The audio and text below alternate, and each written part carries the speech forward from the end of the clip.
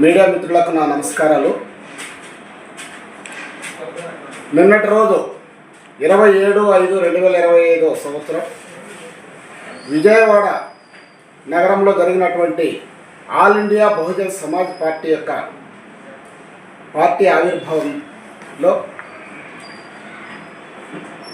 జాతీయ కోఆర్డినేటర్ అయినటువంటి గోపీనాథ్ గారు, కర్ణాటక రాష్ట్రం, అదేవిధంగా మునియప్ప గారు,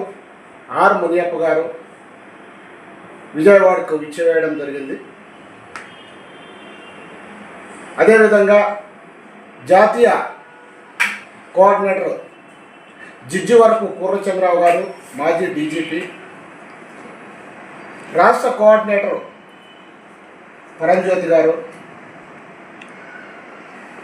ఏఐబిఎస్పి రాష్ట్ర అధ్యక్షులుగా లక్కే రాజారావు గారు, ఎక్స్ ఎమ్మెల్యే, అదేవిధంగా మన అనంతపురం జిల్లాకు చెందినటువంటి శ్రీ శ్రీరాములు అన్న గారిని రాష్ట్ర ఉపాధ్యక్షులుగా ఎన్నుకోవడం జరిగింది. వీరందరి నాయకత్వంలో All India Bahujan Samaj Party Anantapuram జిల్లా అధ్యక్షులుగా ఈరోజు మా మిత్రుడు,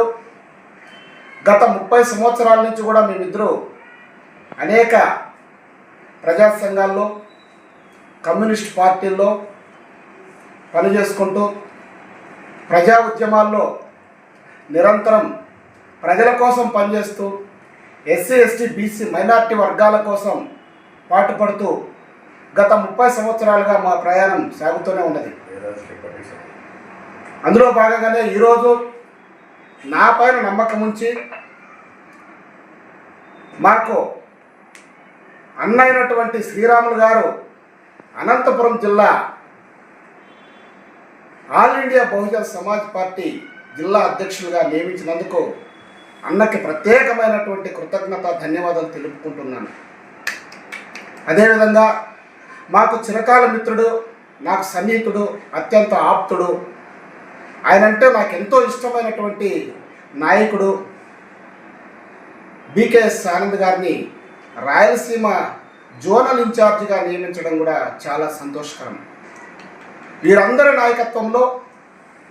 ఎస్సీ, ఎస్టీ, బీసీ, మైనార్టీ వర్గాల కోసం, క్రిస్టియన్ వర్గాల కోసం రాజ్యాధికారమే లక్ష్యంగా పనిచేస్తూ 2029 సంవత్సరంలో జరిగేటటువంటి ఎలక్షన్లో దాదాపుగా 100 సీట్లకు పైగా ఎమ్మెల్యేలు గెలిపించుకోవడమే లక్ష్యంగా పనిచేస్తామని జిల్లా వ్యాప్తంగా తిరిగి అన్ని నియోజకవర్గాల్లో, అన్ని మండలాల్లో, అన్ని గ్రామ స్థాయిల్లో ఆల్ ఇండియా బహుజన్ సమాజ్ పార్టీని గ్రామ స్థాయి నుంచి కూడా బలోపేతం చేసి కమిటీలను వేసుకొని రాష్ట్ర నాయకుల యొక్క ఆదేశాల మేరకు తూచా తప్పకుండా ఆల్ ఇండియా బహుజన సమాజ్ పార్టీని ముందుకు తీసుకెళ్తామని సందర్భంగా తెలియజేసుకుంటూ ఈ అవకాశం ఇచ్చినటువంటి పెద్దలందరికీ కూడా మరొక్కసారి హృదయపూర్వకమైనటువంటి కృతజ్ఞత, ధన్యవాదాలు తెలియజేసుకుంటున్నాను.